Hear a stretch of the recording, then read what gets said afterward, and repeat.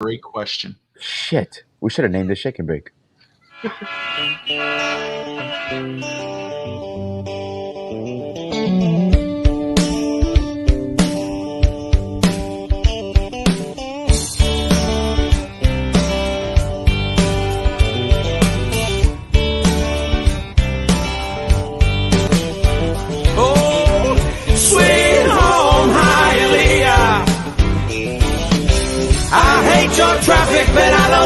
Ahora de Cuba la Bella, del Palacio de los Jugos. Los chicharrones.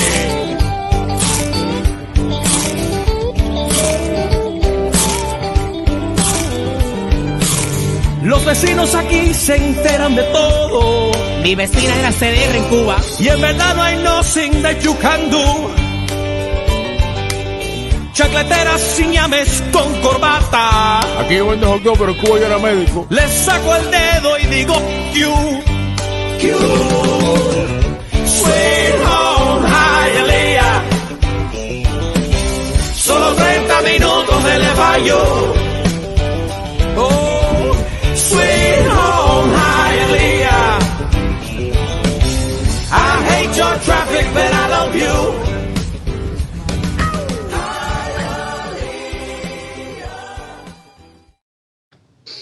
Alrighty, what's up, everybody, and welcome to another edition of East 10th Street Boys. I'm Bobby Melendez, and that is Alex Atia Chisca, or El Gringo, and Alex the Boy. We are back into our normal stomping grounds now. Alex has departed. Yes. And I'm still here. Yes. Took the long way home. Is it still cold?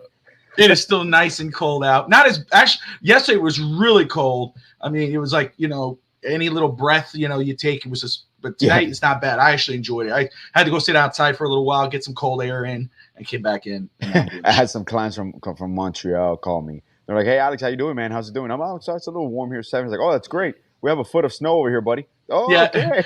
Evan was saying that the other day on post game. He's like all wrapped up. I'm like, gosh, dude. It's like -2.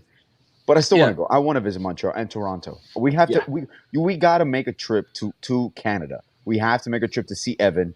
He's come here to Miami, to Sunny Isles. We got to make a trip to go over to Canada and go see a game together. You're locking yourself in. He will hold you to that. He will tell you.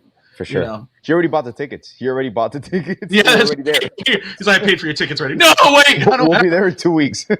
That's when I say I don't have a passport. He goes, "How do you not have a passport?" I said, "I don't have a passport." Wait, you don't have a passport, Bob? I don't have a passport. I've never gotten a passport before. Not one time. Yeah. Oh man, we're gonna get Bob a passport. This is. But you know what?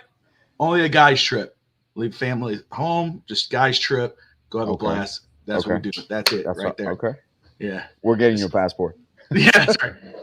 If it's a guy's trip, you can get the passport. Anyway, back to it, guys. Everybody, thank you for watching East 10th Street Boys, straight out of Hialeah on the Fitz Talk Sports Network. You're watching us, wherever you watch us, YouTube, Facebook, Twitch, X, Twitter. We appreciate you tuning in. Hit that like and subscribe button. But my goodness, we have so much to talk about, so many great things to talk about. The Miami Dolphins won in more ways than one this weekend.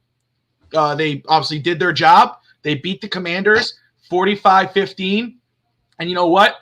I think I was pretty nail on the head with my prediction. I was 44-14. So right on, right there. But other than that, the Dolphins did their job almost. What's up, Irvin? Almost a complete. I mean, oh my gosh, I don't want to say almost because I don't want to say it was like the most complete game. You know where I'm going with this. It felt like a complete overall victory. It was great. Tua played a clean game. I know people are those were easy passes. It's like, dude, what do you want? What do you want? Honestly, bro, like at this point, it's already getting to the point. It's like, just drop it, man. It's like, come on, dude. It's like, either it's dump offs or it's this or that. Oh, there he is, villain in the house. Great to see you, brother. Thank you for tuning in. It's an awesome name, by the way, villain. It's like, hey, you're the villain? Yeah, I'm villain. That's right. Who do you have to be the Halloween? Just yourself? No, I'm myself. Devon Achane, it was great seeing him back to his normal form, 73 yards, 2 touchdowns.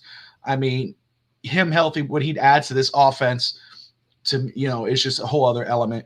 Raheem Mostert, again, another touchdown. He's at 14 now. 14, yeah. He leads Two the away league. from He leads the league Mhm. by 2, I believe. I think McCaffrey has 12, so I think he's at 14. And then he's 2 touchdowns away from Ricky Williams, who in 2002, I think it was 2002, had like 1,800 yards and 14 and 16 touchdowns. So that's our season record, 16 touchdowns in a season for rushing, running back. for rushing, not overall. Rushing. Okay, No, 18 touchdowns overall. That's Mark Gotcha. Clayton in 84 with Marino. Obviously, those were 18 touchdown receptions. Yeah, but he needs 2 more to tie Ricky and 4 more touchdowns to tie Mark Clayton. Think about that, dude.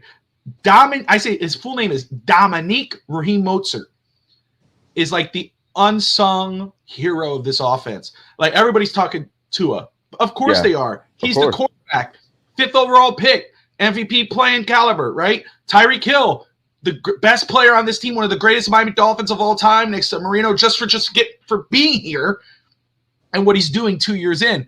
But Raheem Mozart doesn't get enough credit for what he's doing this season. Just great to see. And of course, I had predicted Green Bay over Kansas City, which went down. That we did not predict. I don't think anybody. Cincinnati over Jacksonville, if I'm remembering correctly. Finstanza could correct me if he's tuning in. But my goodness, the football gods answered, and the Dolphins now sitting on top of the AFC. And you know, it still could play out either way. Miami has to continue doing their job, you know, winning the games they're supposed to win, which they're doing. That's the thing. People are saying, oh, the Dolphins haven't beaten contenders and all this whatnot. You know, okay. But you know what? The Dolphins are winning the games they're supposed to win. And those contenders that we can't beat are losing to the guys that we can beat. So, or we have beaten, you know. So which way is it? Dude, it's in any league, but people don't realize, even in basketball, I hate when they start doing these comparisons like, Toronto lost to Milwaukee by 40, but Milwaukee beat the Heat by 60. So Toronto should be like, and they start making like these mathematical equations. Like it's any given Sunday. That's the whole point of any given Sunday, man. Anybody can get hurt. Anybody can have a bad performance. So it's just now, and I watch this, Bob. They're gonna clinch. Beginning, I thought they were going to clinch home field advantage throughout all the playoffs. I wanted, because you want to buy. And I guarantee you Dolphins do that. They play, obviously, every single playoff game at home. And somehow, some way, they're going to be like, oh, you see? The Dolphins only won because they played the home games. If they would have gone away to Kansas City, they would have lost. If they would have, and they're just going to keep on going. So I just want to keep winning. Keep on. All that matters is at the end of the day is you win. Will the Dolphins probably lose a game or whatever? Yeah, maybe so. But if they can win the next 4 to 5, they're golden. Oof. 3 out of 2, that's perfect. You know, 3 out of 2 is almost impossible. Like if you can't win 3 out of 2, Bob. You need to have more. 3 out of 2. No, I mean, you know what I mean. 2. Shut up. 2 out of 3, whatever. No, 2. Shut up. 3 out of 5. I'm tired. I mean, if you win 3 out of 2, bro, you're awesome, bro. That's like your team. Maybe your team could do that. Maybe my team. Yeah. We played 3 games. We won 4. What? That's right. I'm tired. You know this. Whatever. I know, man. That's the fun part. Come on, this is our show. But anyway, but no, what I'm saying is, I mean, again, you know, you got Tennessee coming up. That obviously feels like a win, right? Possibly without Henry. Now I didn't even know he was concussed. Well, Vrabel said supposedly he's not concussed. So I don't know what's going on with Henry, who had a good game, 102 yards, 2 touchdowns, I think was his numbers. But Tyjae Spears had also a good game when he replaced Henry in that game. Yeah. But Jeffrey Simmons, their all-pro defensive lineman, is out. He'll be out for a few weeks. So that's huge for our running game. Mostert, a chain. Ooh. Yeah. So, look, any given Sunday or Monday, absolutely true. Dolphins can't sleep on the Titans. Dolphin fans can. Dolphins won't. But that feels it. That feels like a win. Then you got the Jets coming up. And the Jets, it's a division game. You can't sleep on them. They could catch you. You got to play your best football against a division rival. Who will start at quarterback? That's the question. That's the other thing. Miami has to take advantage of that. Miami has to take advantage of the fact that you're facing a rookie in week coming up, and you're facing an unknown in week 2, whoever that may be. Okay, then you got the Cowboys, the Ravens, and then you got the Buffalo Bills. So do your job, win these next 2 games, and then those 3 games coming up after that are the ones that you're going to have to show the world. Just win one. I mean, obviously you want to win more, but if you could beat Baltimore, if you could beat Baltimore. Dallas, exactly. Oh, beating them in Baltimore is a whole other deal. But if you do that, no one can say anything. But if Miami does their job, they're either going to have the 2nd or 1st seed, home field advantage. Hopefully 1st seed, because then they get the bye. Mm-hmm. They heal up. Everybody's coming through Hard Rock. Dolphins are 5-0. Would be amazing if they went undefeated, but 5-0. And if they get home field advantage, they're going to play through Hard Rock until they go to, obviously they got Baltimore, but play through Hard Rock until they go to Arizona, right? Mm-hmm. That's where the Super Bowl is. Yeah. So it's a lot of fun. So what I wanted to do, I'm going to put up on the screen here the NFL ESPN.com, and what I want to do here, I want to kind of go game by game here with you. Okay. Kind of see how this could play out for the Dolphins. If I could, let's see here. How could I? Oh, I know what I can do. It is that one. And let me fix the window. Booyah. Perfect. And I'll make it bigger so I could see, so everybody could see what we're looking at here. So this is this week right now for the Dolphins. Isn't this one, Bob, that you can put us to the side of the screen, that you can put us to the side and put this even bigger, like on the left side? Let's try this on air. Well, that would be me editing it. So let me go ahead and try that while we're on air. Oh no, here, like the little things in the bottom. No. That was changed already. Oh. So pieces of shit. Well, that's nice. Very much. Hold on, let me go back real quick. Ooh. Nope. Don't mess with it, Alex. I'm fixing something.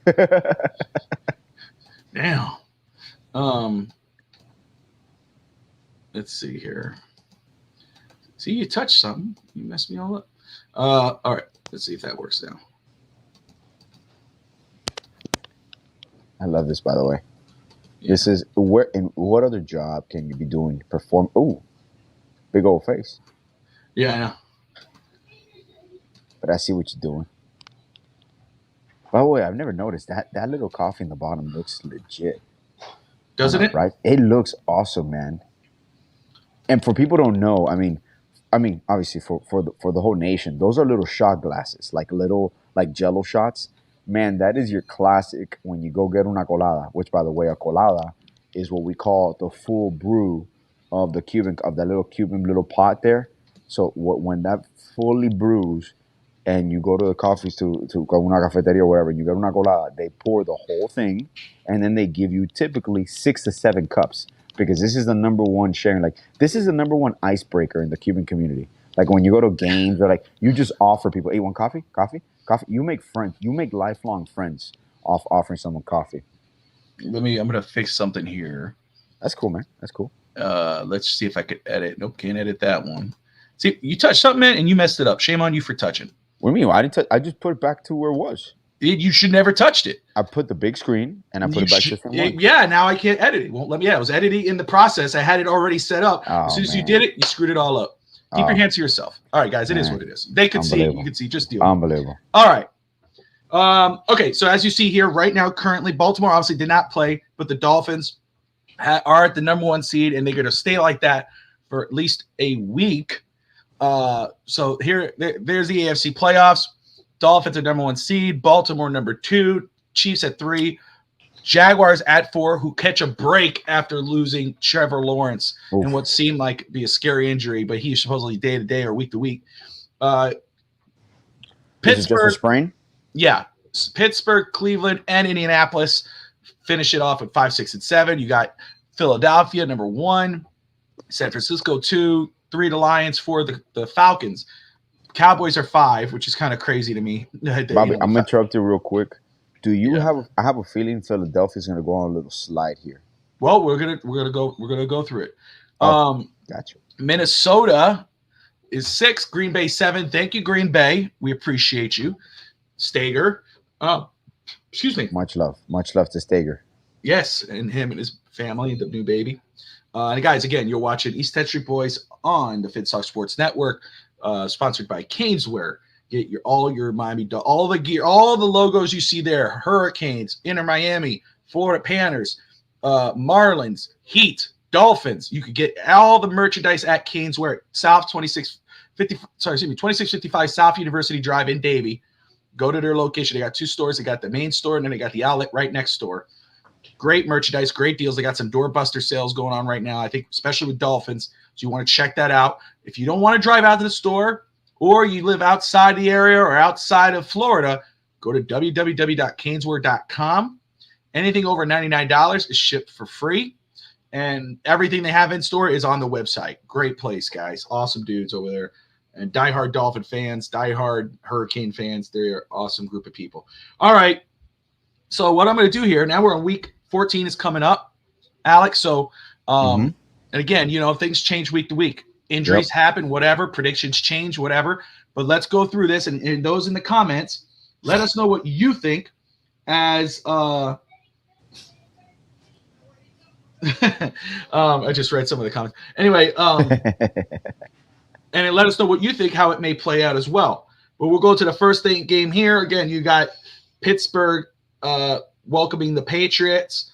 What's cool about this, you can click this here, kind of see Pittsburgh is 7-5. Patriots are 2-10. Away from home, at home they're 1-6. Away from home they're 1-4. Eighth ranked defense though, which is crazy for the Patriots. That record, man. I mean, and that bad. It's the end. It could be the end of an era for New England Patriots with Bill Belichick.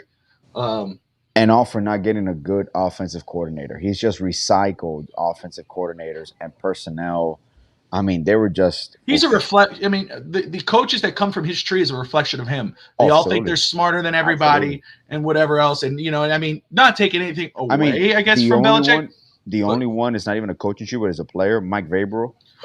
Tennessee. He's not even on the tree. Only one. Yes. He's not on that tree. I think he's part of. Maybe he's on Bill O'Brien's staff, who's a part of that tree. Yeah. So it's part of, I guess, Bill O'Brien because he was the coach of the Texans defense, I believe. But Mike Vrabel is the most successful part of. And he's not even part of Belichick's tree. But obviously that's Pittsburgh, rolling with Pittsburgh. Yeah. This one here is interesting. 5-7, 6-6. Obviously, still for a playoff spot. I mean, Evan was bringing up on post game how Carolina could still, even at their record, win the South. And that is insane, man. Which is that nuts, is insane. But isn't that the division always that's like that? Always. They always it's switching off who's going to win. The record is mid tier. Anyway, look, but the Falcons not 6-6, but 18th offense, 10th defense. Falcons are building something. People they got some talent, dude. They creeped up on some people. They got some talent.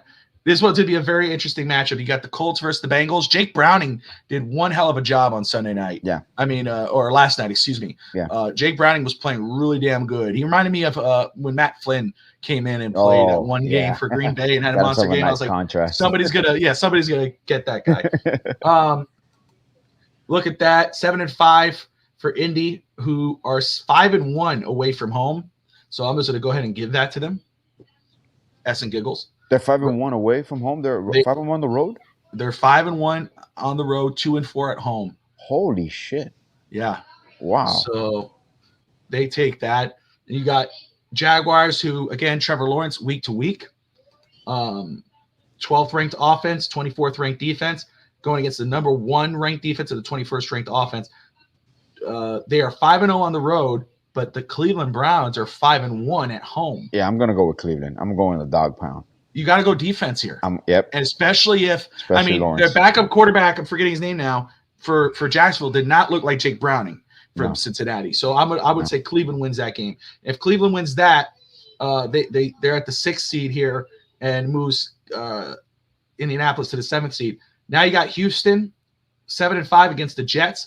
Jets, 31st ranked offense, 9th ranked defense. But the Houston Texans, think about this, the 6th best offense in football, 19th best defense. They are 5-2 at home, 2-3 on the road. But I go with Houston on this one. Oh, for sure.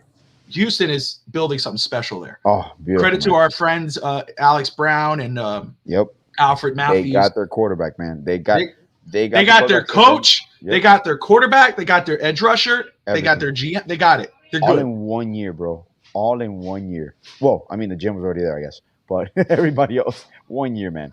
1 year turnaround.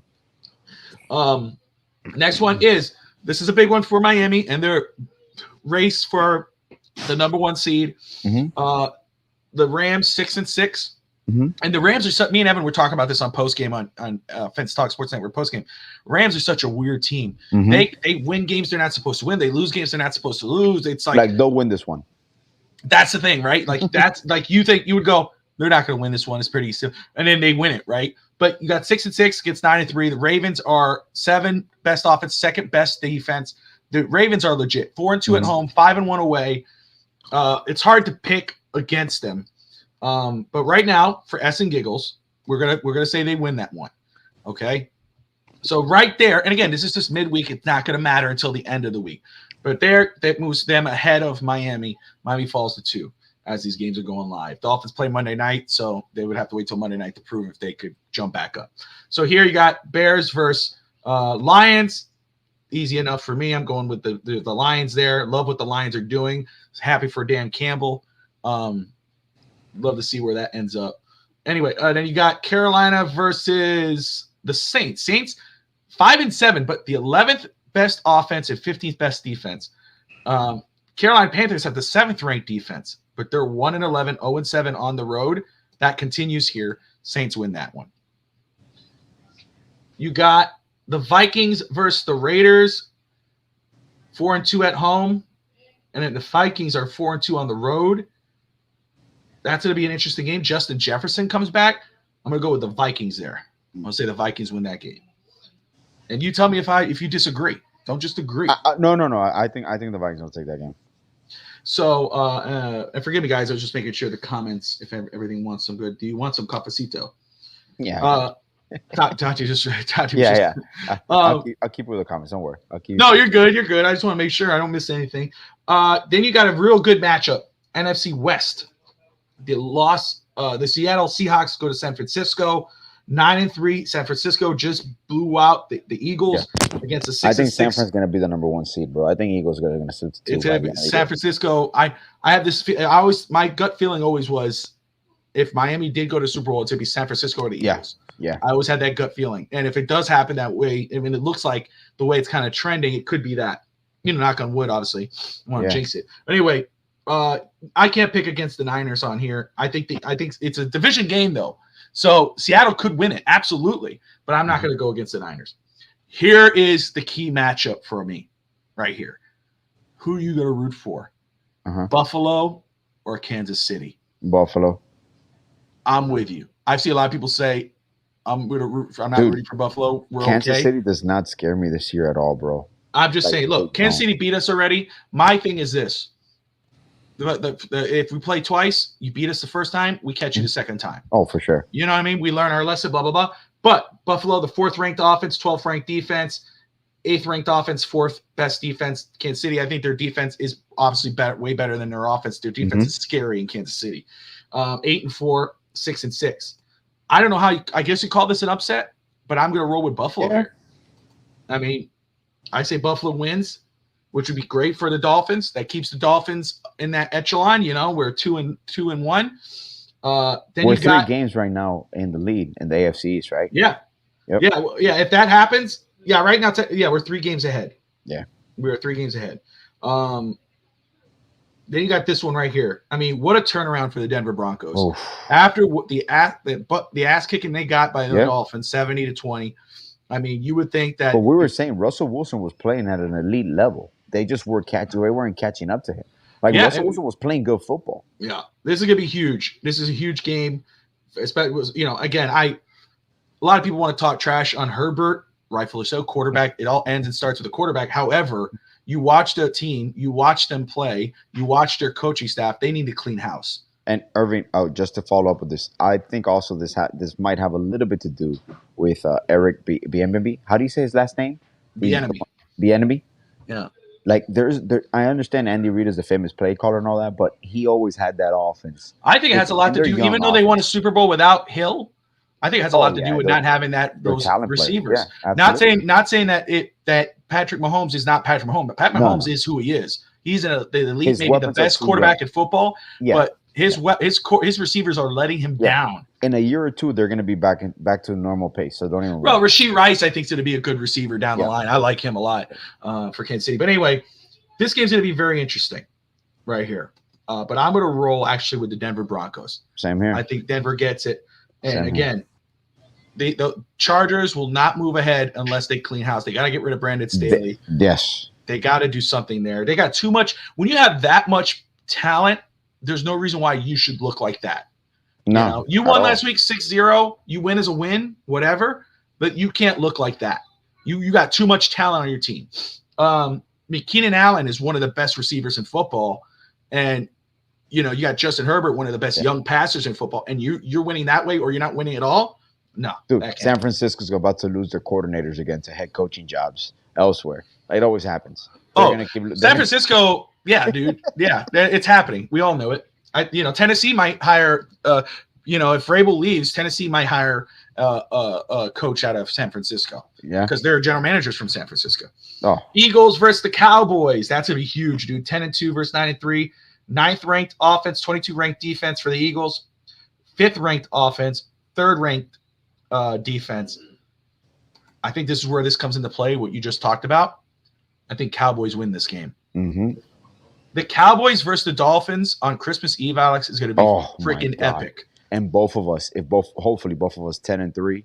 Like, I know it's a different conference, but still, that feels like Don Shula, Jimmy Johnson football.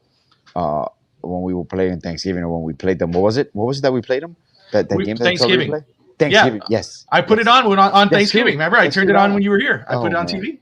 Dave Wannstedt, Jay Fiedler, Ricky Williams, Chris Chambers, the good old days. It's funny. This season will be the good old days. When we go back, we go, damn, you remember that year, dude? If they win, that'd be the best day. Oh, man. All right. Packers versus Giants. Uh-huh. I'm going Packers. Yeah, Packers on a roll, man. People gave so much shit to Jordan Love, and I've always preached, let him play. Let him play. And we'll go for any quarterback. You got to let him play. Let him play it out. Here's really cool. So we're at the Miami game, okay?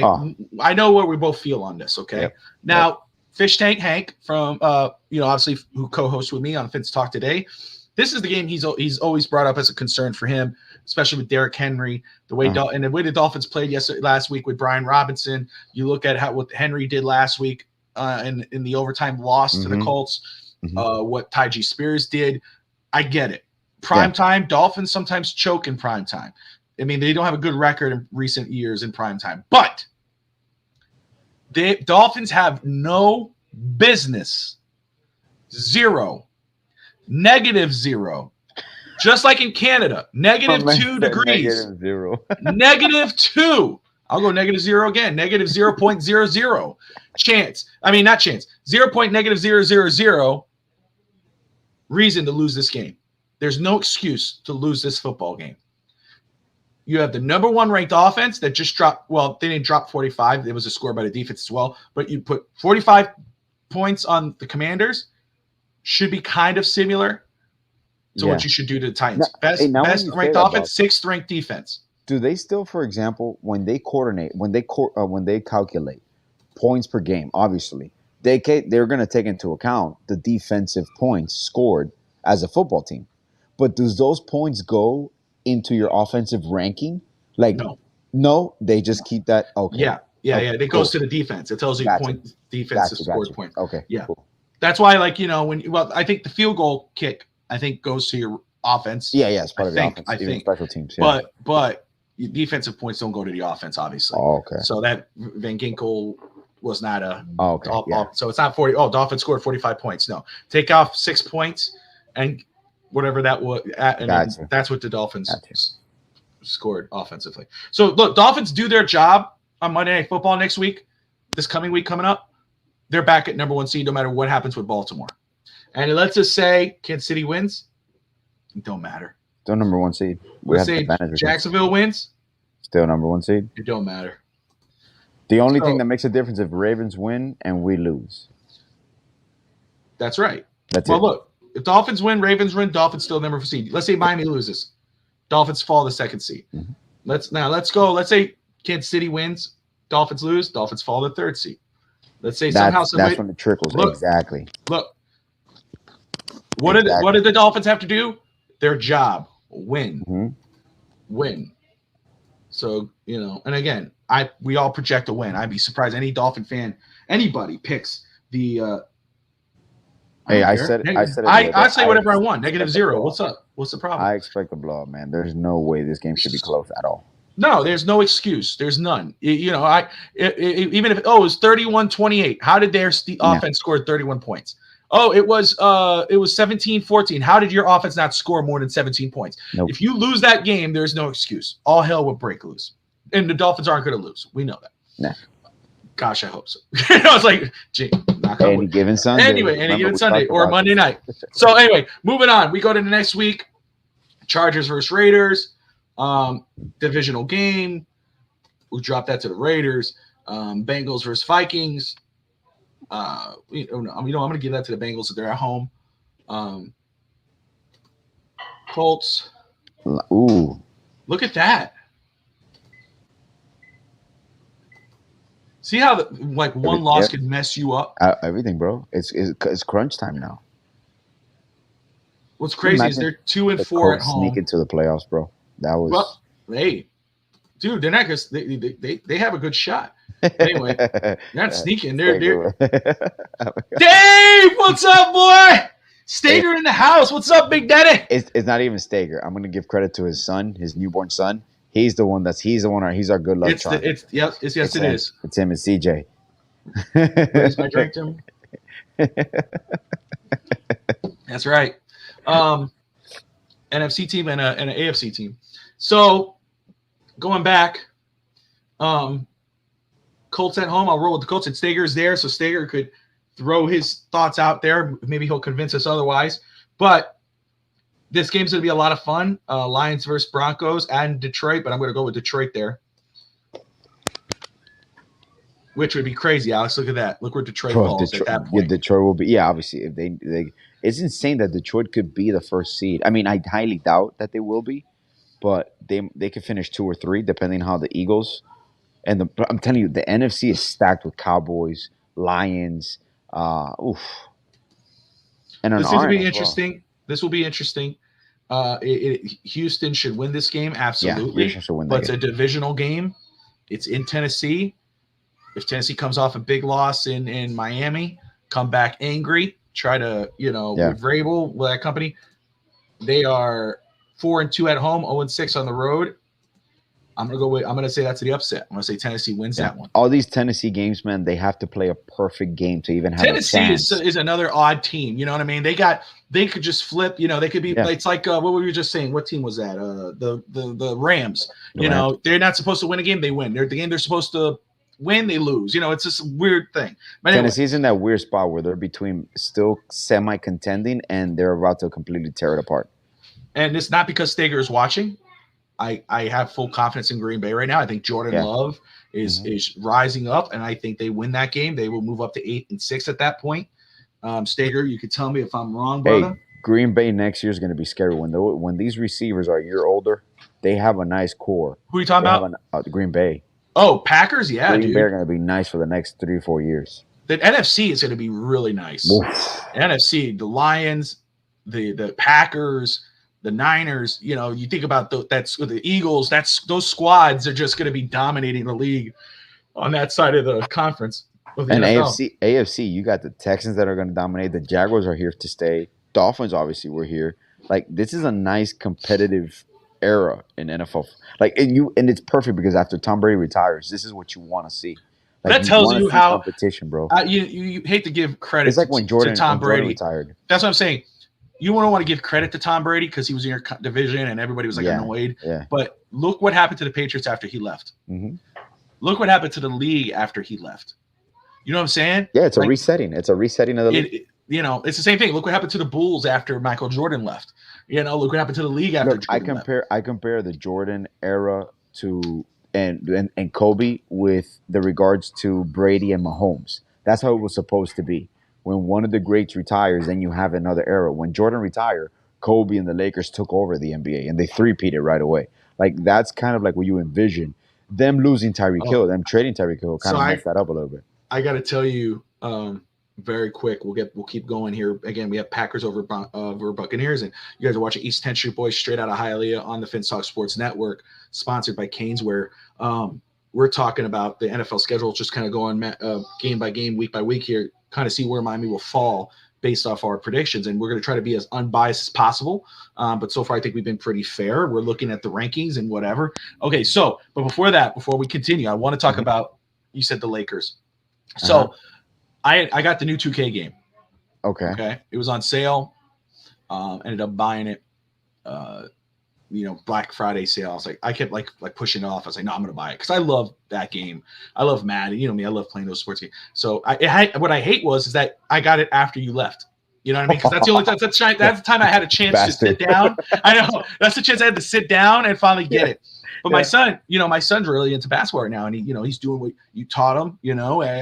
Before games, he's doing this, and he's trying to do it on the floor, and I have to show him again. And but anyway, so he tells me yesterday, and I said, son, it's too late. I'm watching the end of the Bengals game last night. Okay. And I said, hey, and then we watched Monday Night Raw. Jey Uso lost to Seth Rollins and all this whatnot. It was a world title match. So we were watching both. And I said, he goes, but Dad, I want to play basketball, please. I'm like, dude, no, it's late, dude. He goes, Dad. I said, listen, all right, we'll play until your mom says it's time to go to bath. When your mom says it's time to go take a bath, you need to go. Do you understand? Yes, okay. Because he kept going, let's play. I know, I want to beat you, Dad. I want to beat you. I go, all right, let's go. So I said, all right, you want to pick regular teams? He's no, I want to be all-time Miami. And I was like, you want to be all-time Miami? He's like, yeah. I go, all right. And he goes, and I go, let me see what team I'm going to be. And I say, I'll be an all-time team too. So I go through. He goes, Dad, be the all-time Lakers. Be the all-time Lakers. I said, all right, yeah, I'll be the all-time Lakers. And last game, he was the Heat and I was the Spurs, regular teams. Okay. And he was up by 25 points, and he was going off. He was having a blast. I was I didn't show up, but I kind of got agitated, I had like 40 points. It's so easy just laying it up with him. But eventually I did come back and I won the game, and it was like, he got so he really wanted to play. This game, he had no chance in hell. I was blowing him out, dude. He's like, I wanted to be the Lakers. I said, no. I said, no, because I kept going. I go, you're talking basketball. He's like, stop. I was like, what? You don't like the Heat? Get out of the oven. He goes, I wanted to be the Lakers. I said, no, you didn't. You said you wanted to be all-time Heat. Yeah. He was like shooting with Wade. I kept blocking Kobe, Elgin Baylor. We went all-time Lakers, bro. That's legit. Like, that's the whole NBA Hall of Fame. All of a sudden, LeBron comes off the bench. He goes, how do you have LeBron? I was like, damn right. I was like, picked the wrong battle, son. You told me pick the Lakers. I'll happily pick the Lakers. I don't mind, Oh man. What I love though, and I was like, dude, I'm gonna play with the all-time Heat because they have Chris Bosh, and Chris Bosh is one of my favorite players. Him and UD don't get enough love that they should. Anyway, going back, Saints versus Giants. I'm gonna go with the Saints here. Sorry guys for that side story. That was for Alex. I would save it for after the show, but I thought I'd tell him that. Anyway. Falcons. I'm not gonna waste time with that. I'm gonna go with the Cleveland Browns, which is crazy. Deshaun Watson is out and they're still right there, but that's the number one defense in football.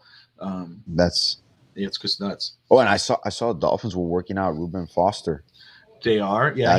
I forgot what league he's playing. I don't know if it's Canadian or what, but he's somewhere in some kind of, I don't know what league he's in, but again, it's a death signing. Doesn't hurt if it does happen at all. And and McDaniel knows him from his time in San Francisco. So true. So we'll see how it plays out. We'll see. I don't think it's some. Maybe he's surprised. I know he's doing well wherever he's playing. Yeah. But that wherever he's playing is not the NFL. Cameron Wake did amazing in the CFL. And what he did in the NFL. So, but anyway, we got Patriots welcoming the Chiefs. Look, the Patriots aren't winning that game. That would be a total collapse on the Chiefs' part if they lost that game. So I'm going to give it to the Chiefs. Got Niners first. Not even going to waste my time. Rams. Cowboys. This is a big one. Alex. Trevor Lawrence. Maybe he comes back for this game. But this is going to be a major matchup. Got the Baltimore Ravens at Jacksonville. That could tilt. Listen, You know what I mean? Like, who do you root for at that point, right? You probably go for the Jags at that point. If Baltimore loses, do they go down? Well, let's play that scenario out. Okay. And at the end of after the end of the week, at the end of the season, we'll go back and mess with that and just see. But right now, you got 9-3, Baltimore 8-4, Jacksonville, Lawrence again, major scare yesterday. Seems to be okay week to week. Maybe he comes back here. 4-2 at home, 5-1 on the road for Baltimore. Jacksonville is under 500 at home. They're 3-4, 5-0 on the road. 7-2 Baltimore, 12-24 offense defense for Jacksonville. Let's say upset alert. Let's say Jacksonville wins that game. Okay. They doesn't really hurt. Doesn't hurt. Yeah, it doesn't hurt the Ravens at all. Helps us, secures us a little more. Of course, yeah. But let's say Baltimore wins, they fall to 6th seed. Indianapolis falls to the 4th seed. And I guess look at the matchups though. That's what's key too, right here. Houston versus Baltimore, Jacksonville versus Kansas City in Kansas City. Like, if I'm Jacksonville, I'm not happy about that. Like, I'm like, I don't want to do that. Of course not. I'd rather go play Indianapolis. You know what I mean? Of course. Or welcome Cleveland at home. But for S and Giggles, this one's going to be a very key one. I'll roll with the Eagles for that. And look, even with the Eagles winning that game, Alex, I think that clicked. San Francisco's number 1 there. So let's go Saints. I just put the tree together, so now they're decorating the tree out there. Oh, so they got Christmas music playing and all that. That's awesome, bro. But hey, no, legit. Obviously, you know me. I don't like buying fake Christmas trees at all. Yeah, so, I found the other day, me and my son, we were at Walmart on Sunday, like after his training sessions in the morning. We went to Walmart to get a few things, and I'm like, over here. I don't know how it is up there right now, but in Miami, Christmas trees are going for like 140, 160, like 6-7 foot trees are going for like 140, 130, and we're like, what? That's never happened before here. So I go and I pass by Walmart, like their lawn section, and I see it's $65, and I'm like, you know what? Let me take a look. And I'm like, I told my son, like, let's go inside. We got a few things, and we pick up the Christmas tree, and I'm looking for them. Some of them are a little burnt, so like it looks like there's only like a few left, like maybe 10. So I picked the best one. I'm like, let me take it. I'm like, let me take this one. I go to the register. When they scan it, $29.99. I got my Christmas tree for $29.99. A real tree? A real tree, 6 foot tree. I'm like, that is perfect, man. See, that's if it's just, I guess it's easier to have a fake tree, put it away, take it out, whatever. Yeah, of course. But I would love to have the real tree just because of the smell, make it feel like Christmas. Man. It's Christmas, you know what I mean? Bro. Yeah. But it's sticky, you get sticky and all that. Oh, yeah, of course. But we got those real ones outside. You saw in the front. Oh, yeah. I just told Tati, whole yard. I told Tati, those trees out front are Christmas trees, basically. If you cut those, people could take those into their house. But I told Tati, I said, man, I would after this Christmas season, go to the store, buy all the ornaments. I said, I'm going to be, and let's next year be intentional about like putting we have lights, but put like ornaments up there on those trees. Yeah. Making like Christmas trees outside as well, I love Christmas. Snowing Christmas morning, that is perfect. Oh, dude. It's really nice. Let me make sure I'm not missing anything here, guys.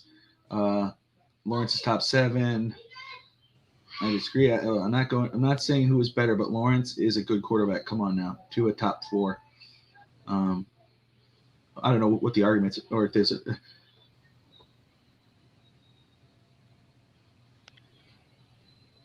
Lawrence is overrated.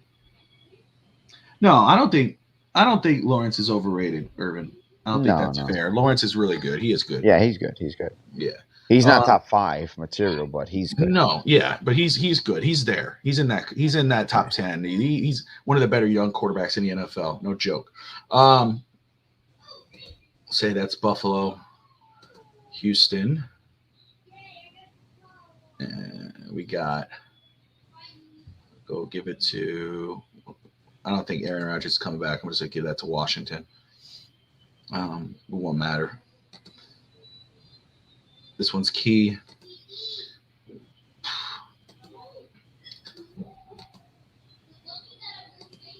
going to go with Atlanta there. Packers are going to win that one. Should at least. against Carolina. That we could make the Packers 9-6, still the 6th seed. But how awesome is that?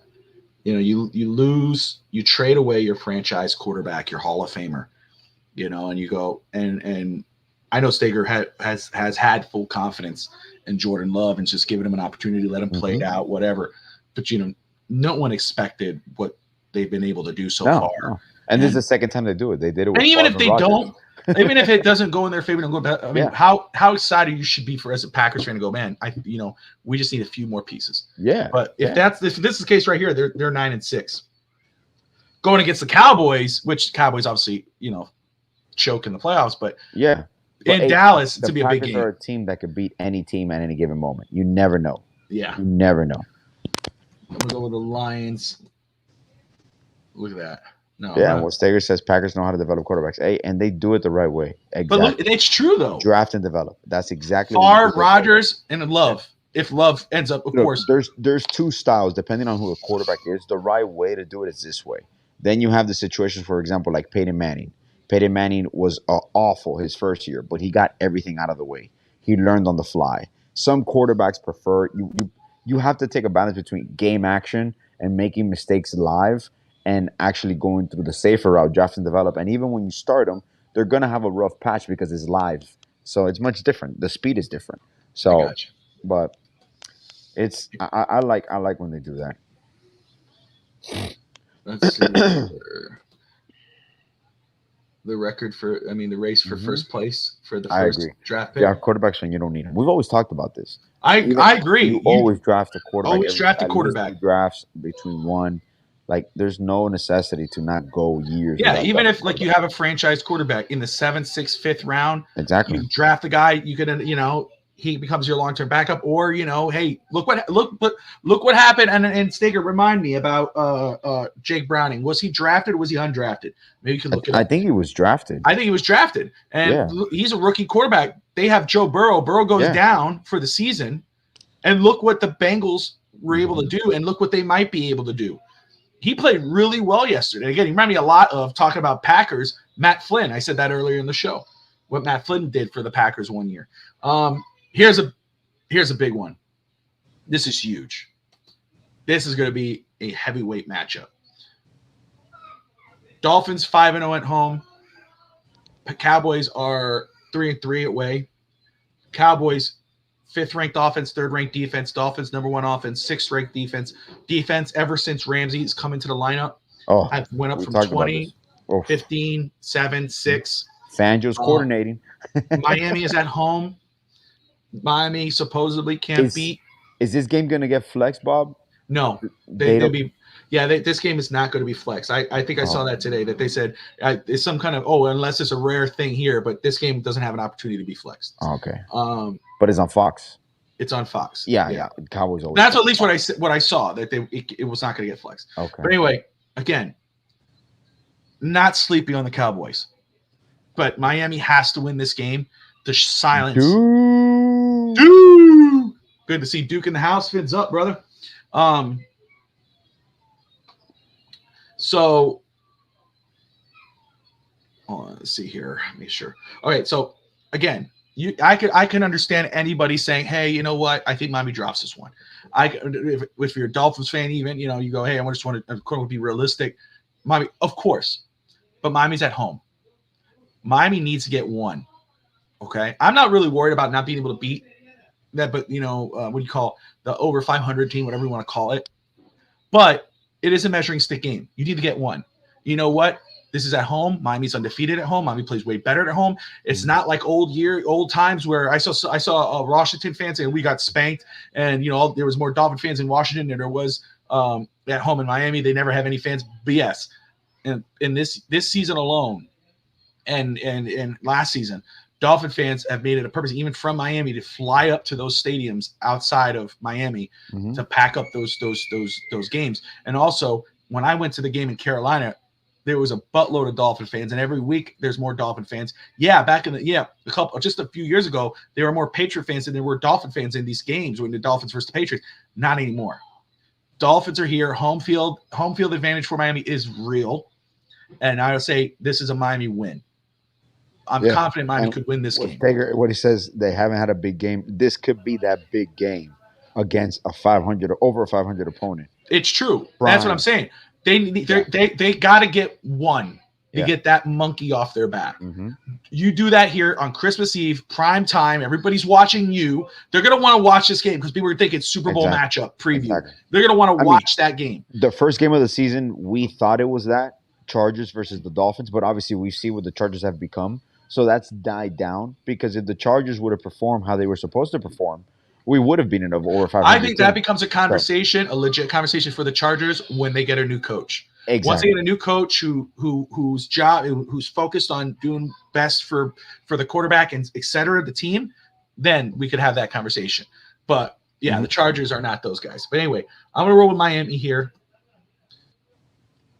No. I don't think you are. What you're saying is facts. It's true. It is. Miami has to win one of these games. McDaniel knows it. Tua knows it. You know. Look, the good thing is Miami's winning the games they're supposed to win. Yeah. They are a legit football team because you go, oh, well, they haven't beaten. Well, Kansas City just lost to what people say the Packers, even though Packers are moving up. Exactly. The freaking Jaguars lost to the Cincinnati. Even though they lost their quarterback, they were struggling. They couldn't keep them apart. They were tied 31-31 at that point. Yeah. So Miami's beating the teams they're supposed to beat, but they're losing to the teams they're going to possibly face in a playoff contention teams. So Miami just has to get that part done. And Evan was the one who threw that fact out there where he researched it. The greatest show on turf, which was the Rams. I think they didn't beat any. They didn't beat anybody until the playoffs. Until the playoffs. So it happens, okay? And I'm not trying to be biased or anything like that. Just think facts. But I think Stager's absolutely being fair. And Duke, I don't think you're wrong. Miami, and that's why home field advantage is so important. The Dolphins have not lost at home. I don't think they will lose at home for the remainder of the season. So it's very important to get that home field advantage. So that way in the playoffs, it's through Hard Rock, and the only away game is in Arizona. I agree 100% with this. Kansas City this year is a wash. This is just a wash. Next year they'll come out. Kansas City's going to cost them a game. I mean, the receivers are going to cost them the game. Yeah. They've already cost them a few games.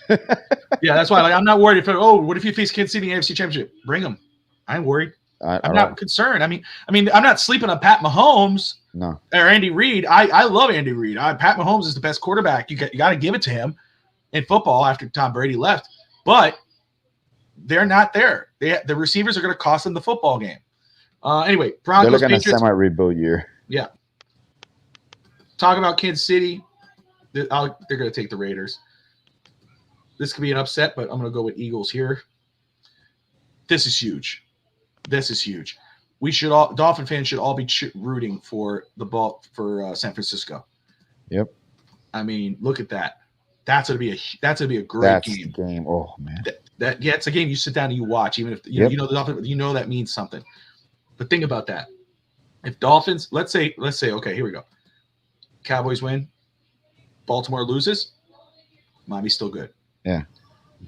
Kansas City wins. I don't think Jacksonville win, doesn't matter. Baltimore wins. Now Miami falls to the second seed. Yeah. Sucks. You fall, but you're still the second seed. Still second. Still comes through Hard Rock. But then you got Pittsburgh. Now their offense is, I'm not worried about their quarterback, but their defense is no joke. And then, Pittsburgh's the team that knocks us out. I think they knocked us out 2 years that we've been into playoffs. Different teams, but I those are one of those teams that, like, you see Pittsburgh, you go, crap. I was like, it's Pittsburgh. Okay. Yeah. But I think San Fran pulls that off at home. So this is the thing right here. Okay. So you go here, you got Jets, Cleveland. We'll go Cleveland here. I hope I'm not missing anything, guys. No, you're not. Forgive me, guys, if I am. I don't have it in front of me. But anyway, you got – oh, dude, that's a big-time matchup right there. Oof. That's huge. At Dallas. That could be a stinger for Dallas if Detroit pulls that off. If Detroit wins that game, San Francisco pulls up to 1. But if Dallas wins that game, they move up to the first seed at that situation. This is huge. This is huge, Alex. This is the fight for the number 1 seed, right? I had a loss in the beginning of the season. I had it as a loss. I had it as a loss. And and I did. And Miami caught up with them last year, the big upset. Miami came all the way back and won. Baltimore, they have this etched down. They're like, we want this football game. We want to prove it. If Miami beats Dallas, I'm not saying this means any more or less. No, Miami, you want to win all these games. But it's away. Dolphins are 4-3 away. Dolphins are, Baltimore is 4-2 at home, 5-1 on the road. 7th ranked offense, 2nd best defense. We don't know where Miami will be at this point, of course. But throwing fan hat on the side for now, I'm going to go Baltimore. You go Baltimore, you see where it goes. If we start strong that game, if we start strong and we're slinging it, and our run game, and he's balancing it out, we can escape Baltimore with a victory. We can, absolutely. But can't win them all, right? So it's like, okay, so here this happens. It's fair. We roll, right? Let's see what happens as because we got that one more week left. Okay. So Miami loses to Baltimore there. You got New England at Buffalo. We'll go Buffalo. Falcons. The dog's in the crate, I think. They're doing the tree, so they put her in the crate. So she's like, I want to come out. So if you guys hear that, that's the dog out there. Jags. Let's see here. I'm going to go Houston there. It's at home. Go to Rams here. Eagles.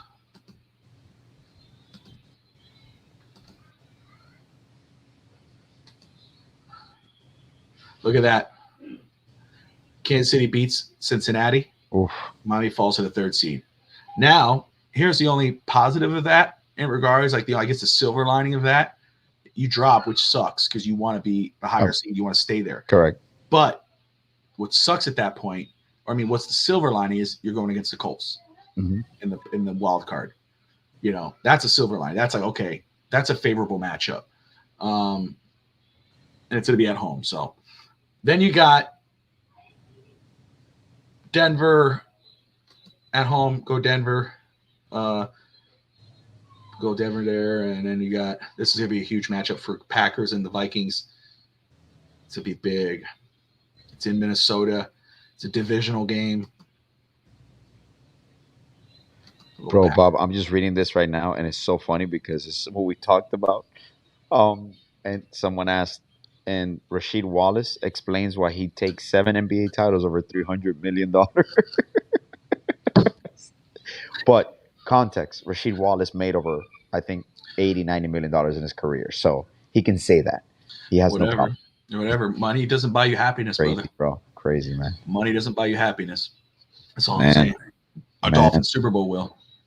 But it could buy you a truck. A boat. Sorry.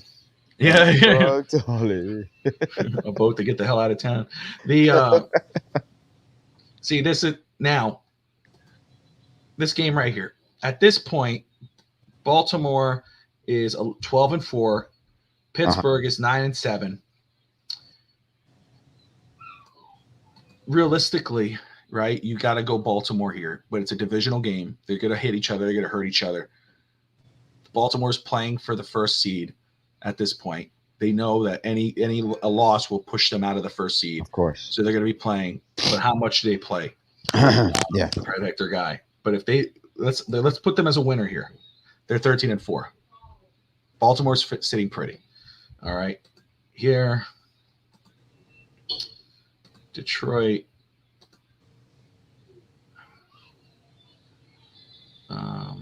Texans Colts. Go Texans. I'm gonna go Texans there. I'm roll with you on that one. See, so here it's in Los Angeles. Do they fire their coach at this point, Brandon Staley? Man, you know what happens when they fire their coach? Sometimes it's that interim coach brings the fire out in that football team. Yeah, they do a shocking win.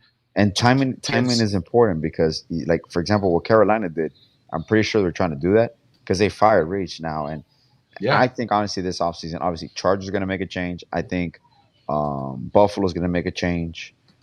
New York will probably make a change, depending. Even though I wouldn't be surprised if he sticks it out. But I don't know, man. I don't know.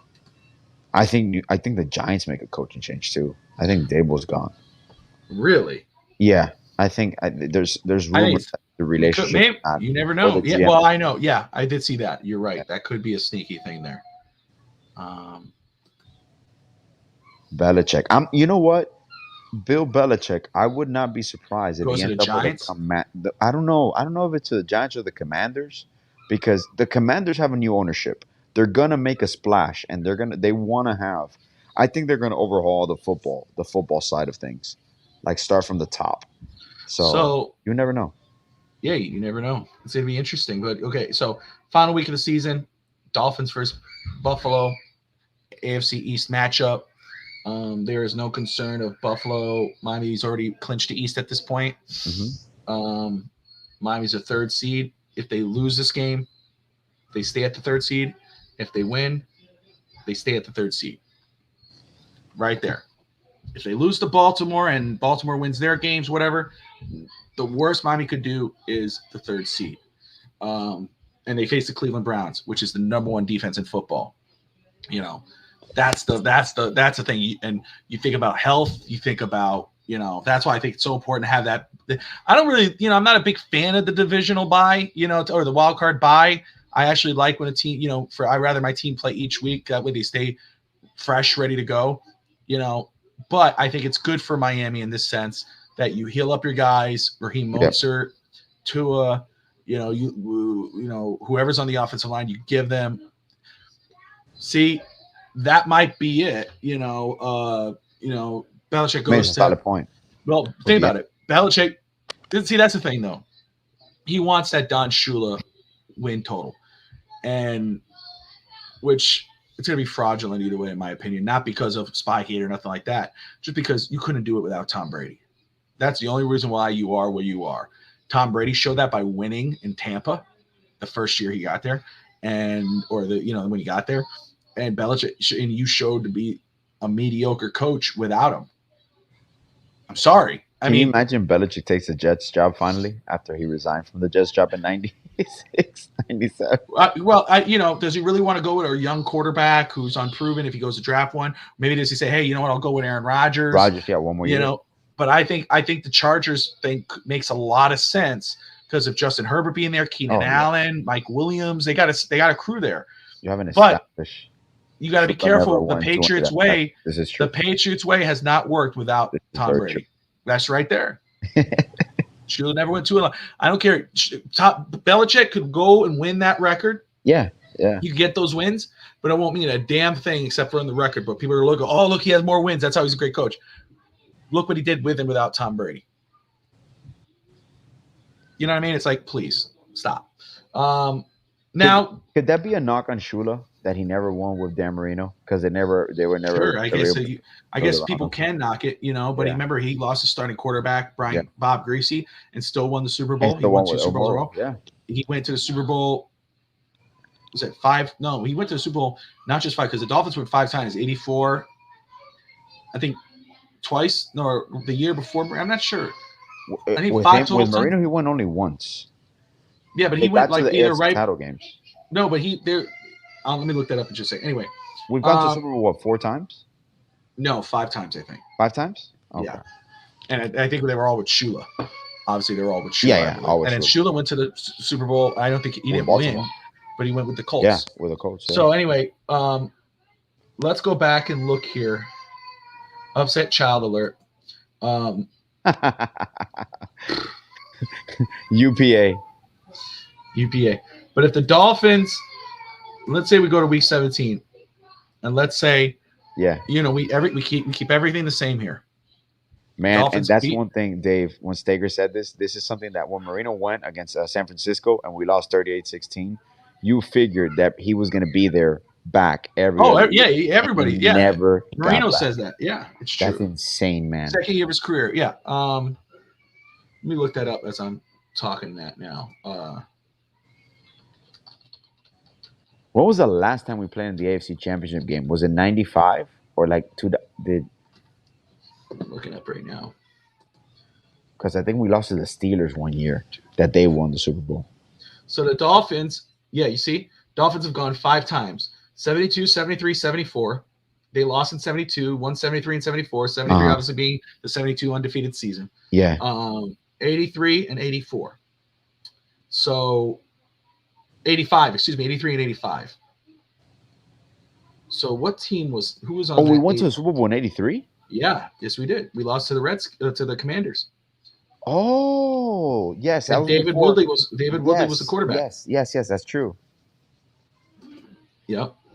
See, and in '85 was Dan Marino. So Damn right. think about that. Oh, but look at his look how many games, how many Super Bowls he only has 2. Belichick has 6. Who did Belichick win it with? How many Super Bowls has Belichick gone without Tom Brady? None. How many times has Don Shula gone without Bob Greasy? But If with you want to do it that Belichick, way. all you have to do is put his winning percentage with and without Tom Brady. That's right. So there you go, guys. That's if Miami just does their job. I can't see no worse than the 3rd seed. Obviously, you want that 2nd or 1st seed. 1st seed being the priority. Mhm. Hopefully, things go Miami's way. Hopefully, Miami, beats the Cowboys. Let's see if they beat the Cowboys, or they lose to the Cowboys but beat the Ravens. What happens? Look at that. You see that? They lose it. If they lose it, oh wait, what did I do? Beat Cowboys, but they beat the Ravens. They lose to the Cowboys, beat the Ravens. Dolphins are still the number 1 seed. But if they beat them and lose, see that? That's what it is. So there you go, guys. We'll stop that sharing thing for now and go back to the normal cam for Alex touches anything again. All right, Man, just touching stuff, dude. Just touching stuff. hey man, trying to help you out here, bro. Yeah, you didn't help with shit. You didn't help with shit. All right, we're at the hour. It's been a very informative show. But before we wrap it up, let's talk some Miami Heat, brother. Oh, Heat are off today. Jaime got some recognition, Rookie of the Month. yes, sir. What do you think of that, man? Hey, that's a testament, like what you talked about this offseason, where the organization believed in him, and obviously scouts as well were surprised that he fell to them. And this is legit. Remember when we started talking about it after, Bob? I told you, I'm like, he's more offensively gifted right now than Jimmy was at that age. Yep. Like there's things that you can't teach. Well, he learned it because he worked on his craft alone. And as he had great role models, and those 4 years in UCLA really help because you're facing tough competition day in and day out. Obviously, there's only 30 games in a season, but still, like, he's unfazed by anything, and he's gonna slide right in. Obviously, we're going through a critical role that we have Bam missing a few games. We don't know when we're gonna get Bam back. He's nursing that hip injury. So those are something that, unfortunately, it's early in the season, so you got to take care of it now because it could linger and become something worse. So obviously he's sitting out. We have Highsmith sitting out. This is the part of the season, Bobby, when I remember we always talk about that you have the trends where you get injured. Yeah, you see that? I'm glad that you picked that up. You saw the handwriting, right? It's the same font. And the olas in Spanish was like, oh, because it's Spanish speaker, we're gonna do it messy. And I'm telling you, this is pure. I'm gonna bring this up to HR. I'm gonna talk to my wife about to see how I can pursue legal action against Bobby. But I love you, man. But what I was saying, we're in the part of the season, Bobby, where now we have injury provides opportunity for people to step up. Yeah. So these are the moments where like Kane steps up, maybe Jovic steps up. Obviously, Orlando Robinson Jr. has stepped up. This is where Spo kind of meshes his lineup. Does he want to keep his bench intact? Does he want to start like even Martin? Do you start Jovic? Do you start Love? Do you keep bringing Love off the bench? Thomas Bryant is not getting playing time. So we're in the part of the season where we're figuring out until Tyler Hero comes back, until Bam comes back, and things like that. So we'll see. Whoa, that's a really upset baby alert. Maybe she just wants to put an ornament up. Dude, I don't know what it is, man. I don't know what's going on out there, but Daddy about to get the chancla on somebody. And what talking about? First off, all joking aside, what we joke about with Justice Winslow. Remember when we got him, 5-year, 10-year, whatever it was, top 10. I truly believe, and I'm just saying, I'm not saying, oh, to be, one of the best, but you see the way he's playing right now, and we say how. Remember, and I said that was one of the things I said when I saw his game and I was watching him. He reminded me. I said he was a poor man's Jimmy Butler when I was watching in the college tape, and now you see him playing, and I mean, it's like it's another version, and he's playing. I mean, I'm not saying he's a player at the same. He's not the same level, but he is, like you said, he is better. He's better than what Jimmy was at that part. He's going to have a better career trajectory. I think in 5 years, just imagine what he's going to be. I know, but imagine what he's going to be in 5 years. Okay. You know, I'm not going to say, oh, he's going to be some big. I'm not saying that, but he is going to be a major factor in this organization. He's legit, Bob, and people. I think he's going to be the first ever. I'll say he's going to be the first ever. At least, you correct me if I'm wrong. First ever Mexican American superstar in the NBA. You can say that. I think he'll be the first because because obviously there's been Mexican American players that have done well, but they haven't been superstars. Yeah, I think he could be that. I think he could be the first ever. He came to a perfect team. Obviously, aside from maybe going to an LA team or a team like in Houston or Dallas where they can maximize that, he came to a perfect team because of the diversion. You know, those are the things that Jaques, Bob, I'm telling you, when Jaques became untouchable. Like you're in the point now where Jaques, to me, I believe the organization will deem him untouchable. Like you don't move Jaques under any circumstances. Kind of like in the BAM, like because I tell you? He's gonna be Jimmy when Jimmy's retiring. Like he's gonna step into. I love that you're saying that, and I know and because I feel that way. To me, it's like I would not even touch Jaques. He's going to be such an important piece to this team, rotation-wise, maybe as a starter-wise. I mean, I see it, and I love what I see. It makes me proud. You know, because I'm like, oh, I called that. But he's the most I love Jovic player in this draft. I like Jovic, and I was really into Jovic when we drafted. I said he was the guy I wanted. But if you told me one or the other, I'm taking Jaques. Oh, right now, of course. Right now. Jaques. Now, let me ask you about Jovic, though. Yeah. Because I've been meaning to talk to you about this. I know you and I, we haven't had a lot of chance to talk since you left and all this. What do you make of his comments? What he was saying? I know he said he got distorted, blah blah. But still, those are kind of fishy. The comments were taken out of context because when he cleared it up and what he said was like it made sense. And he's like, and Jovic has been nothing but supportive. Is he frustrated that they're not playing him? Okay, let me put it to you this way: the reason Jovic is not playing, obviously, defensive. Like we get that, but I do believe Spo can still find a way to maximize because Jovic gives you something that no other person in this roster gives you. He changes the pace.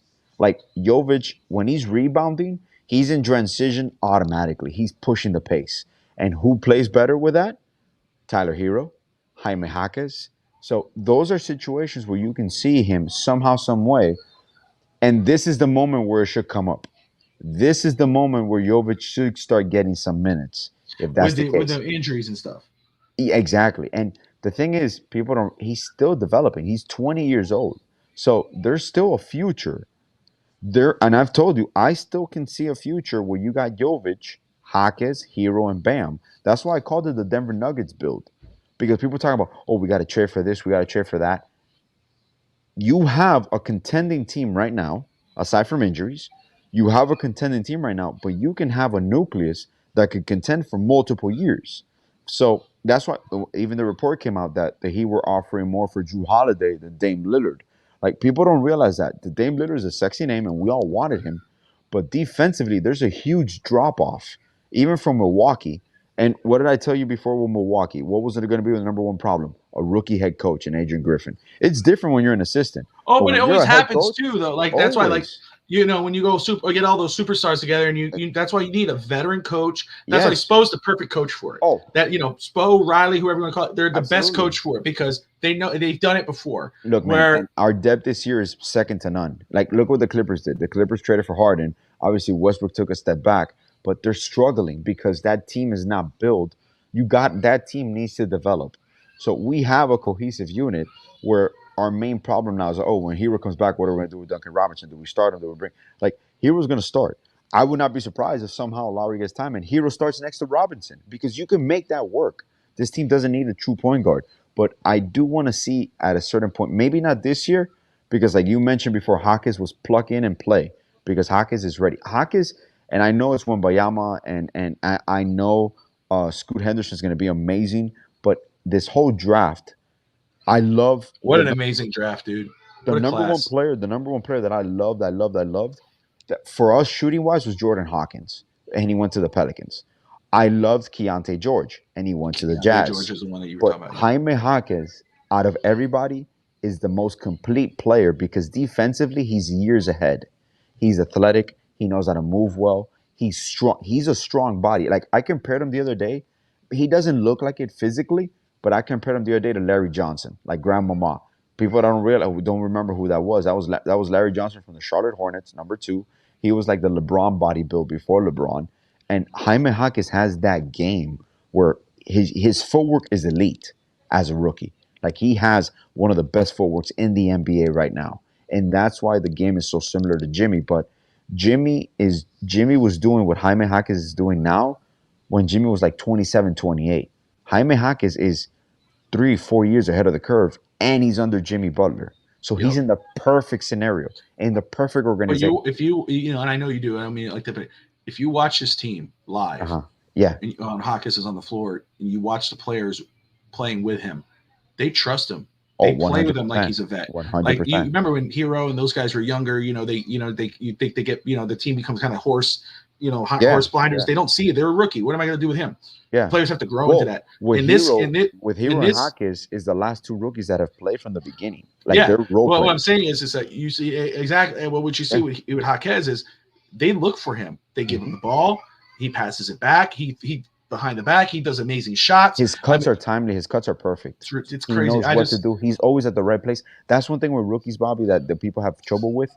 Them being at the wrong place at the wrong time. Jaime Jaquez is always at the right place at the right time. I'm going to say, and not because I want to jinx it, but I'm going to say this: he is going to end up going down as a BAM level pick.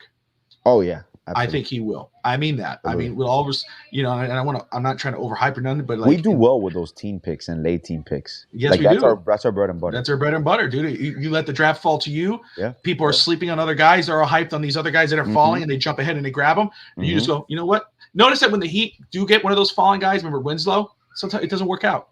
Richardson, to me, remember Richardson? I was more excited about Richardson. I like Winslow because he fall, but I was more excited about Richardson coming out from Tennessee. And I remember I watched him in Booker. The Heat were going to go with Booker the whole time. The Heat were going to go with Booker, and then Winslow. They didn't even work out Winslow. That's how. No one when thought the Heat do that. Notice how that goes. You think about Michael Beasley. You know what happened with Beasley, and that was sucked. But they usually, and of course, they had the 2 pick, and Riley tried to trade out of that pick so bad. Because he wanted OJ. I loved OJ Mayo. Yeah. I think Riley wanted to go with OJ Mayo. Sometimes you just go with the pick you believe is going to work. You have to. And to me, I think that the Heat. Nobody was really talking about Jaime. I brought up Jaime. I don't remember anybody really saying Jaime. I didn't have Westbrook that year. Shut up, dude. Anyway, but anyway, I know it's late. Yes. It's a great show. I had a lot of fun. I missed doing this last week. Glad we were able to do it now. We'll get back to it on Monday night next week. Well, actually, no, it's Monday Night Football. It's Monday Night Football, and so probably Tuesday. I'm sorry. To all our fans, to all our followers, the reason Bobby has been so nice and worked with me, our basketball schedules are full effect, and we here in Florida, high school basketball predominantly games are Monday, Tuesday, and Thursdays. So Wednesdays and Fridays are like our days off. So we go from JV at 6 to 7:30 varsity, and then we get back to school like at 9:30 or 10. I'm lucky. I coach the 5-6 years olds, 5-6 years old. So I only have Saturday, and so it impacts Fin's Talk today. So that's why I won't be on Fin's Talk today. A lot of this for more than 8 games if we make the tournament. So but it's a lot of fun. And good luck with that. You have your second game this Saturday. We do, yeah. Practice is tomorrow. It's a little late. I understand that the city scheduled an event on our time, so we have to do it somewhere else, and we got to do it a little later. So 2 parents already emailed me. I'm sorry, my son can't make it set tomorrow. So I was like, okay. So, but that's fine. Obviously, your son doesn't want to work, and yeah, that's right. Yeah, obviously, you're not teaching yourself. Good, no, I'm just playing. Sorry, just playing. Yeah, just in case somebody comes by here.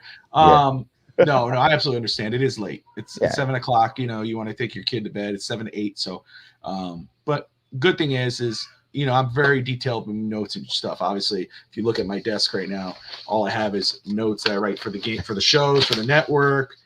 Here's the rule book for the basketball. And so I have in more short form, I have with me, Alex, obviously my rotations. Then I have a little open area where it says actual in-game rotations. Because I want to have my projected one, then my actual in-game. Then I have because you're gonna go with a game flow. You might leave them an extra 2 minutes. Yeah, exactly. That's fine. And then I got the rules because you know how it is because you read the rule book. I sent it to you. It's a little different. Did they press you? Did they start pressing you? 2 minutes or no? No, I don't think they did. It didn't matter. It didn't matter. It didn't matter at all. It wasn't gonna work. We were going to score. I just wake up in the morning and I'm just kidding. Shake and bake. But I was like, hold on. Shake. You gotta go this way. Gotta go this way. No, the other way. The other way. Opposite. Let's go right there. Closer. And bake. Shake and bake. Yeah. I'm coaching basketball in Tennessee. Alex is coaching basketball in Hialeah, but we're conjoined in the heads. We're like, we're doing this. But it was funny because it was so funny. After I got done with the game, and again, I wasn't paying. I was, but I'm not like when it first started. I was more paying attention to kids and giving them instructions. Fall back, get behind the line, wait for them to come, go. And I look, and that's when I finally looked at score because I know we had scored a couple of times, but I don't remember them scoring. So I was like, what the hell? And I look, it's 10-0. And I'm like, oh, and it's different because you don't have to stay on the bench. You're on the court with the kids. Yeah. You're on the side, but you're walking with them and and then I keep going and then it's halftime and I look at score at halftime. Oh crap. I was like, damn, and then they do free throws for the kids. So they say, hey, with us, it's, they want to give every kid a chance to score. And that's where Tristan got his points because Tristan didn't have a chance or he tried shooting whatever it was. And so that was the time when he hit the free throw shot. Okay. So none of the kids did that. Nobody from their team hit a free throw. Only Tristan did on the free throw on our team. So then I'm looking, I go, holy crap, it's like 32 now. And then the final, or no, it was 20 something at that point. And then at the ending, I looked and it was 36 or 0. Yeah. Yeah. And that's why I was like, holy crap. So I kind of I whispered to Audrey because I didn't want to make it look obvious, but I was like, I told her because she had my phone. I said, you take a picture of the scoreboard. She goes, okay. I just want proof. I was like, take a picture of the scoreboard. You know what? For shits and giggles, I would love to do advanced stats on one of these games, like their efficiency rating. Like you talk to your little kid. Look, little Harrison. I'm going to use Harrison as an example. Just a name. Like, look, little Harrison. Your plus and minus is 36. Like, you got outscored. You're efficient. Your shooting percentage is 1.2%. What is this, man? No one made a shot here. You're just looking around. Who's going to step up? Who's gonna step up? You could tell the other two guys were upset, especially the assistant coach. He came off the bench. He wasn't allowed on obviously we were just talking about that, but I guess it was the same way. Only one coach is allowed to stand up. Only one coach is allowed to stand up. So, but after the game, I shook the other coach, the main coach's hand, and then I saw him. He was kind of like, and I was like, hey man, just want to tell you guys, good game, a lot of fun, blah blah. He's like, thanks, bro. Yeah, and I'm like, oh, a lot of fun, yeah. Why are you mad at me for? Damn, what did I do? Yeah. That's like, oh, man, yeah. You're looking up there. You might want to look to your right. You see the scoreboard there? Yeah, 36-0, bro. You're on the 0 side, man. Yeah, good luck next time. It's like, but what I loved, what was cool, and we're going to wrap up right now, guys, forgive us. But what was cool is that, I talked to you throughout the week, and when you were here about, you think about how parents say be when you're coaching, because it's a ruckus. The kids, it's a madhouse. At that age. But teaching them, hey, dribbling, we did the, red light, green light. So you learn how to dribble, stop, and then I say, when you stop, getting a shooting motion. And I'm teaching them how to do the shooting motion. Perfect. And, and everything else. And I say, when you get under there, and then I see these kids hitting these shots and they're doing what I told them to do. Now, the only thing that one of the main scores, the only thing was he did not do really was pass the ball. He just kept going. And I see the other kid standing under the thing, but pass the ball. And he's still, but then he gets it. A shot for a better shot. Yeah, and that was my thing. So that's something I'm going to teach them is pass and shoot. And then when you catch the ball, the shoot, get in your shooting motion, take the shot. Then I'm going to practice free throws. So it's so I'm taking notes throughout the game about what I'm going to do in practice too. Yeah. And this next practice coming up. So it's a lot of fun. And after the game, I felt I'm more excited now about the season. Absolutely. Now I'm like, because I had, me, I told I was talking to you. I was like, dude, I'm like, and you said, oh, dude, it happens. You feel that way no matter what. You're like, man, his father's probably looking, what an idiot. Yeah. But after the game, all these guys go, hey, coach, great game, coach. Oh, I'm like, oh, thank you, appreciate it. I'm like, yeah. Sorry. There's things that when you start coaching, it's crazy because, and it's a difference because I've been a head coach and now I'm an assistant coach. You notice that you see the game differently when you're sitting on the bench as an assistant because you're helping out another one or two coaches. Even when you're a head coach, you make a mistake or you call, let's say, for example, you make the wrong substitution you try to correct yourself on the spot before the run turns into long. But the game is so different, and you feel sometimes that you're not doing a good job, and you realize that other people are like, "Hey, man, that's a great job. I like what you did," and you're like, "Oh, okay."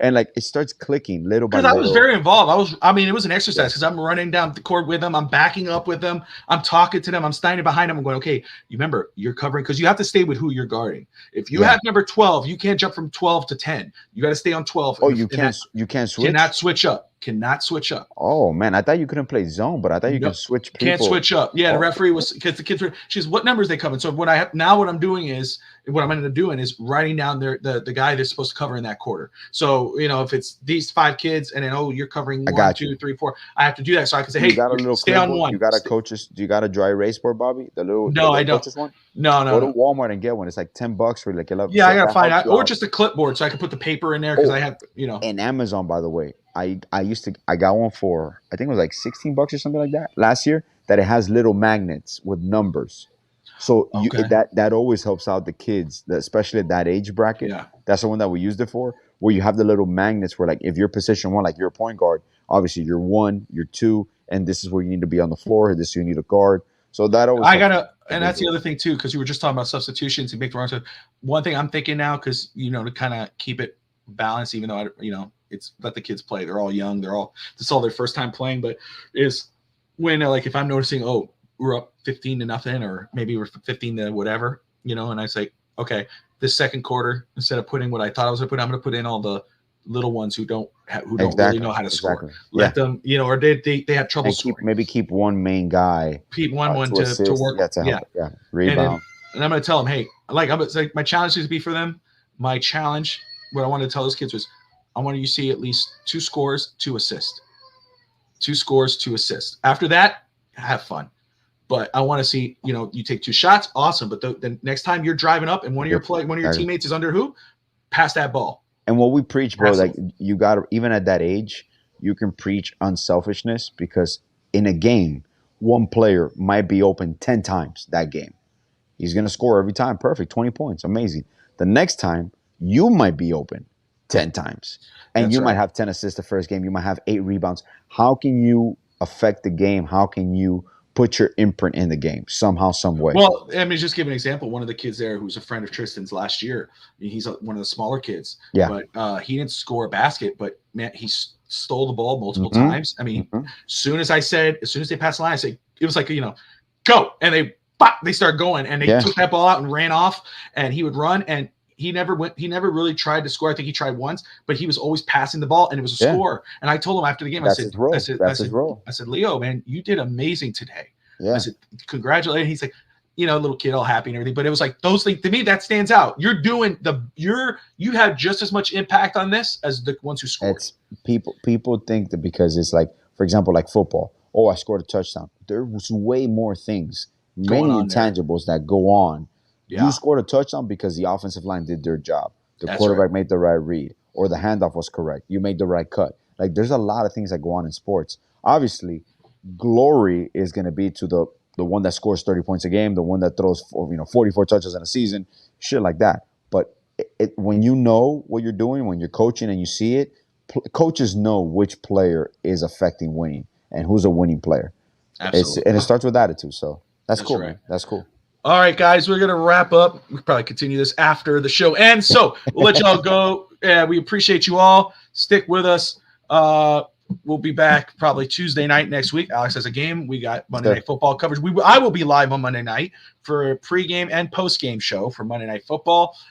Tune in. We'll have. I might join you. I might join you for postgame if anything. That'd be amazing. Like that would probably be good. I might set with East Century a little bit. That give you, maybe we'll just do that. All right, cool. So hey, pregame we'll have obviously Finstanza, myself, Marissa Marino will join us, our special guest of Dolphins Talk, and then postgame Finstanza, myself, and Alex Timashizka. So that'll be a lot of fun. Come on, hop on, talk Dolphins, win over Titans.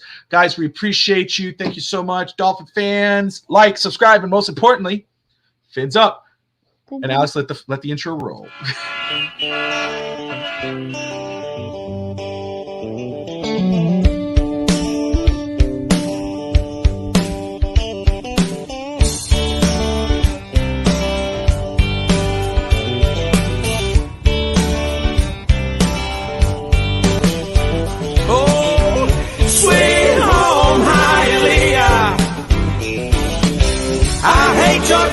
but I love you. Ahora de Cuba la Bella, del Palacio de los Jugos. Los chicharrones.